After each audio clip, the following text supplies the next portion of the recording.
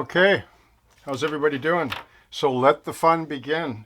So what I have here is a brewery details sketch napkin drawing, and look what I found today. I'm going to use this for the grain extractor or hops waste bin. It's 1 1/4 PVC pipe. It'll work perfectly. It's close enough. It's probably not exact, but it'll do.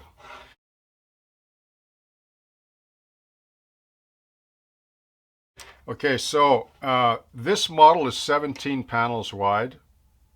The prototype is about 20. So this one I treated with the least amount of compression, this building, because I wanted those three that scene to fit into my footprint. And believe me, I squeezed every foot I could, which was 10 feet, right? So this looks crowded in the drawing, but it's going to spread out across here. I have my two bays established. One's going to be bricked in, like the prototype. Someone mentioned about that. Are you going to brick in the one bay door? Yes, right here.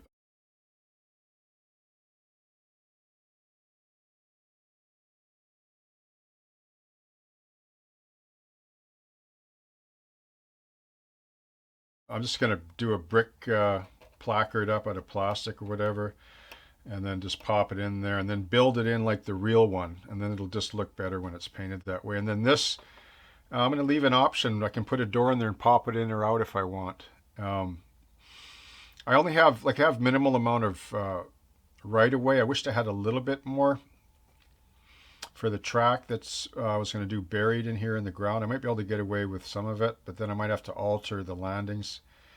In a perfect world, I would have added more and shifted, but I just didn't. I had no more room. By the time the barge, the angle coming off the shore, the depth, I'm already 3 feet out. There's no way, A lot of people know some of the druthers, you don't have your layout, deeper than, I think it's only 2.5 feet or something, but whatever. It's round, right? So I can get in because it's round, like the first entryway module, I can get at it, right? But if it was completely rectangular, it'd be a problem. But anyway, so yeah, so this is a nice canvas here to just lay the details out. I'm quite excited about them.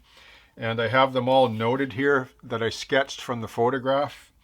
And there'll be some doors, I think 1, 2, 3 doors. I'm going to put 3 doors in probably. Yeah, 3 doors. And some big vents and pipes and canisters and lock boxes and light boxes, air conditioners, some round vents, and just gack, right? With stains running down. It's going to be really fun to paint this. I love painting warehouses. Somebody mentioned about graffiti too. Yeah, this would make a great canvas for graffiti too, man. Have at her. Build one. They're not hard to build, right? They're really not. Like this, I did this in a few hours, laid this up on this board. Few hours on the box, right? 4 or 5 hours, give or take, right? And you got yourself a good start on a nice warehouse flat.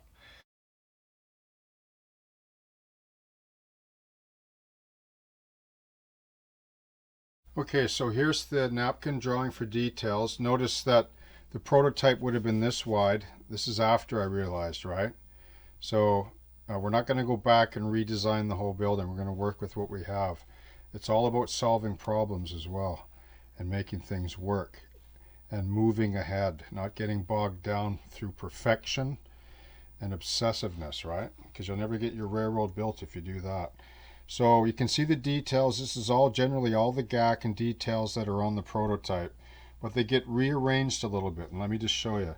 So this grain extractor or hops extractor, normally the prototype is right about here, but it's going to get shifted over a little bit because of the pinch on the footprint. It just balances out better the scene, okay? So there's the first revision. This will be built scale though, exactly to scale. Now then we have the door, which is in here, like in this area here, this door, and this defunct air conditioner box. Then there's another door here that was squeezed over, which you can't see in any of these photos right now. These two big exhaust vents are right here, see? There's not much going on there, and they fit nicely there. And then this bay door and platform with the awning is a nice little bit of three-dimensional detail there is right here. Okay, beside the bay door that'll be filled in with a window. Okay, and we move further down to the functional door and platform, which I may open and put pallets in there. I might do that because this is where the width of the building is, right? So you can show the depth, right? So, you know, you got to think about that too, right? This is the widest part of the angle of the building.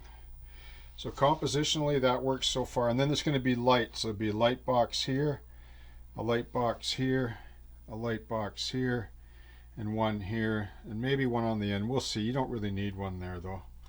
4 will work.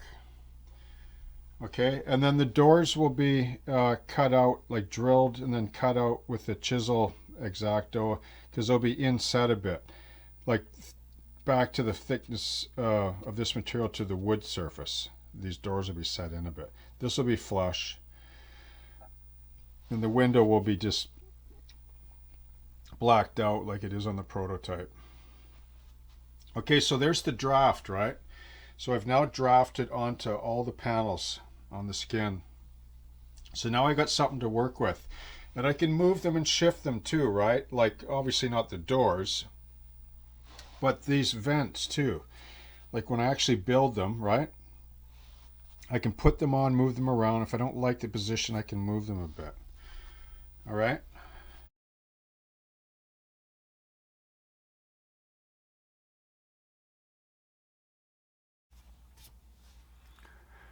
Okay, so doors and windows, actually, the same way.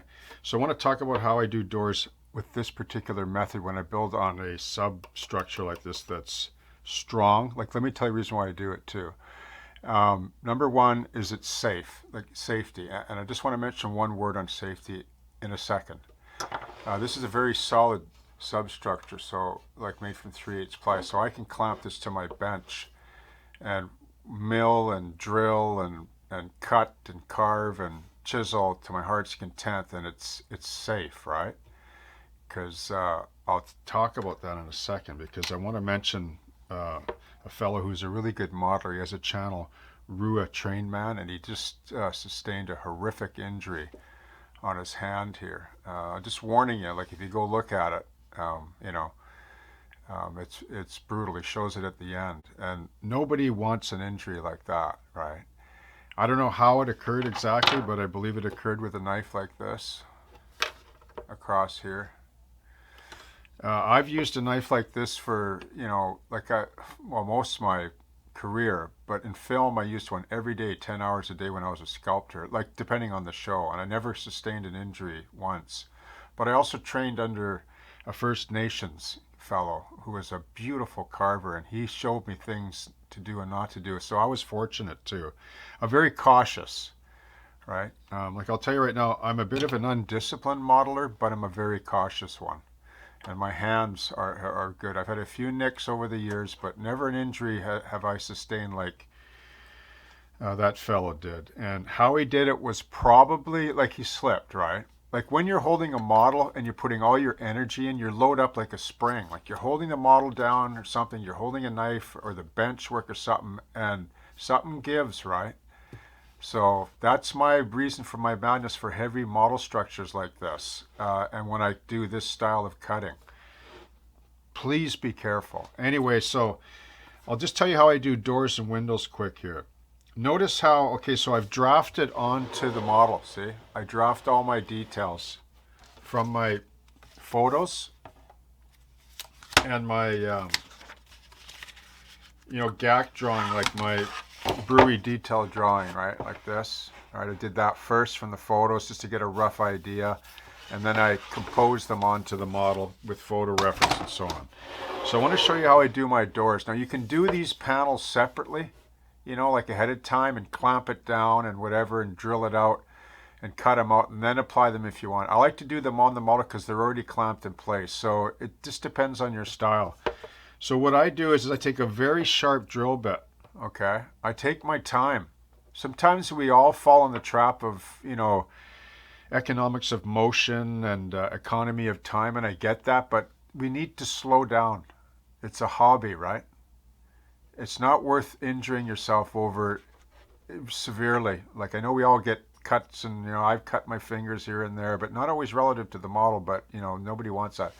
So what I do is I draft the door on the size of the door, not the door jamb, because I'll talk about that in a second. And then what I do is I just drill like by hand. You can use a Dremel too, right, to make it quicker. But I don't mind doing this. It goes quick. It cuts through nice. So I drill all the series of holes like this. And then I come in like I showed before, right? With my chisel head X-Acto. And I just push down through, and then look, it just pops out, right? Even if the pieces was glued in there a bit, right? So there's my door opening. And then what I'll do is I'll just draft another line, like a very sharp, and must sharpen my pencil, keep the pencil sharp. Thank you for the reminder. One of my subscribers mentioned that some time ago. He was watching the tip of my pencil, good call. And then I just put in another line. So I'll move over down the way here and I'll show you. Okay, so this one's been removed the same way. So now what I did was I now draft to the outside of the jamb, because I want to line this door with some strip just to clean it up nice. Well, why can't I just plant a door facade onto the building? Yes, you can do that too. Like if that's the way the tradesman did the work on the warehouse, you can do that too, and just build a frame around it and add doors and windows to your heart's content. You can do that as well. Or you can drill out this here and have it open so you can see inside the warehouse too. But I did that here, but I'm not going to do that here. But I want to inset the door a bit enough, just so that when you put washes and you paint the door, it pops a bit. So what I've done here is I just drafted a line close to the cut, that won't be perfect, let's say, right? And then I just come in with a very sharp chisel head blade, right?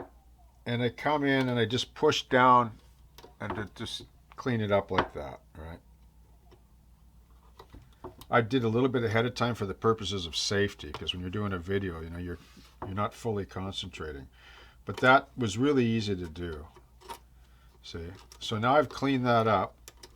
Now I got my full width door. And in this case, this is a 7-foot by 40-inch door, which I cut at 10 mil wide and 24 mil high. And then I trim it to 12 mil by 26 mil. So it's roughly a 7-foot high by 40-inch door, okay, which is kind of an industrial sized door. And then now I can take my trim, whatever I choose, okay, I'll determine that a little bit later. And then I just skin the inside, just wick in capillary action with Plastruck weld, and then I just have a nice door frame, and then I'll cut my door at a 10th thou or whatever and insert it in so I can leave it ajar a bit, or just whatever, and it's recessed in. Okay.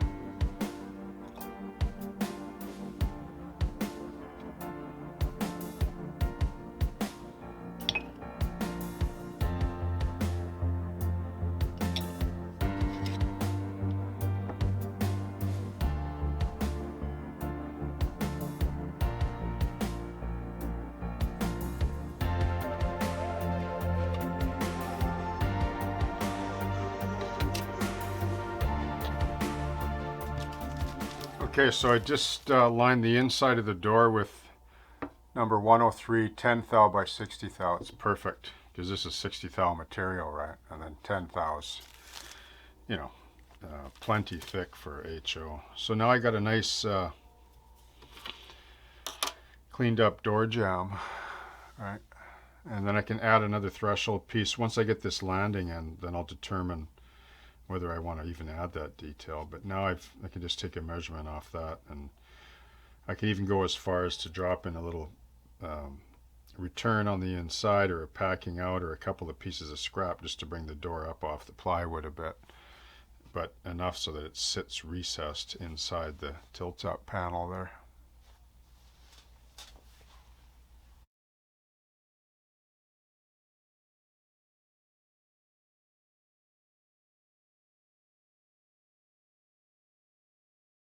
Okay, so I just want to add a little rain lip above each door here, and I'll show you how I do that. I just take this blade right here, just draw a line, push, push, push, rock it back and forth, go in about a 1/16, and then come at it from this angle, push, push, push, pop out the little wedge, flood it with a little cement,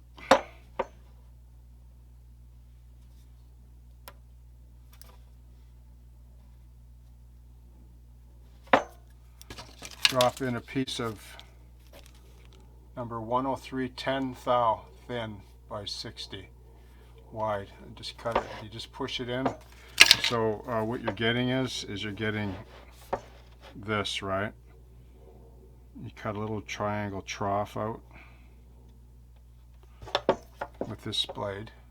Right? This is actually perfect for this size. It's just a little bit wider than the door, which is the way they are. And then when you lay your strip in like this, that's your rain lip, okay? Except it would look